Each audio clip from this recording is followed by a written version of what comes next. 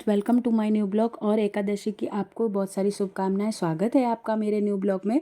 तो इस तरीके से हम आज आपके साथ शेयर कर रहे हैं अपनी एकादशी की दिनचर्या।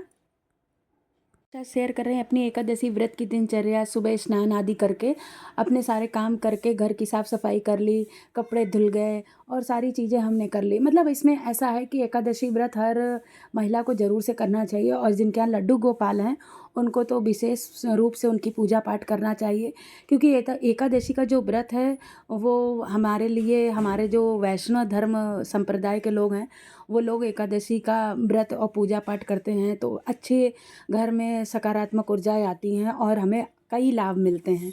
तो आपको, हम लोगों को एकादशी का व्रत ज़रूर से करना चाहिए। तो हमने कर लिया था अपने घर का मंदिर साफ़ करने के बाद हमने किए सूर्य भगवान को अर्घ दिया और घर में रंगोली बनाई, तुलसी माँ पर दिया जलाया, तुलसी माँ पर रंगोली बनाई। फिर प्रभु के वस्त्र हमने निर्धारित कर लिए थे कि आज थोड़े से हैवी वस्त्र हम उनको पहनाने जा रहे थे, क्योंकि आज मौसम ठीक था, गर्मी नहीं थी।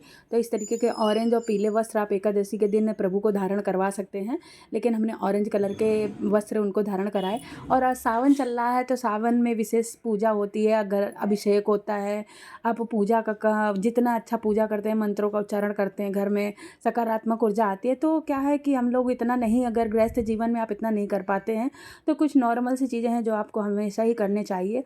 तो हमने शिवलिंग पर पहले जल अभिषेक कर दिया था, पंचामृत का अभिषेक करना था तो बना लिया था। और हमने सारे अपने जो मूर्तियाँ थी उनको भी हमने पंचामृत से अभिषेक करा दिया था। फिर आया था कान्हा जी का नंबर। अब कान्हा जी को हमेशा लेट में ही हम स्नान कराते हैं, क्योंकि इनको तैयार कराने में बहुत समय लगता है, बहुत ही नटखट है, बहुत ज़्यादा समय ले लेते हैं।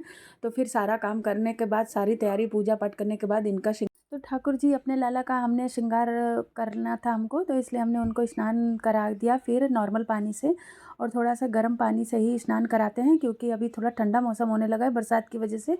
तो बस इनको स्नान कराया और उनको अच्छे से उन्हीं के तौलिए से पोंछा, सेवा दी। तो इतर हमने लगा लिया था। अब अंगुष्ठ के सहायता से अगर आप कान्हा जी को, ठाकुर जी का हो गया था मेरे श्रृंगार। फिर मैंने दूध गर्म करके ले आई और दूध का उनको भोग लगाया, थोड़े फ्रूट्स और ड्राई फ्रूट्स का भोग लगाया, क्योंकि आज एकादशी थी। अभी मैं भोग प्रसाद बनाऊंगी। सुबह बच्चे सो रहे थे, संडे था, इसलिए कुछ नाश्ता नहीं बनाया था, नहीं तो सुबेरे ही भोग लगा देते हैं प्रभु को। तो भोग प्रसाद लगाने के बाद उनको हमने खाने की तैयारी करी, क्योंकि आज एकादशी भी थी और मैं थोड़ा सा फलाहार भी बनाना था और बच्चों के लिए थोड़ा सा खाना।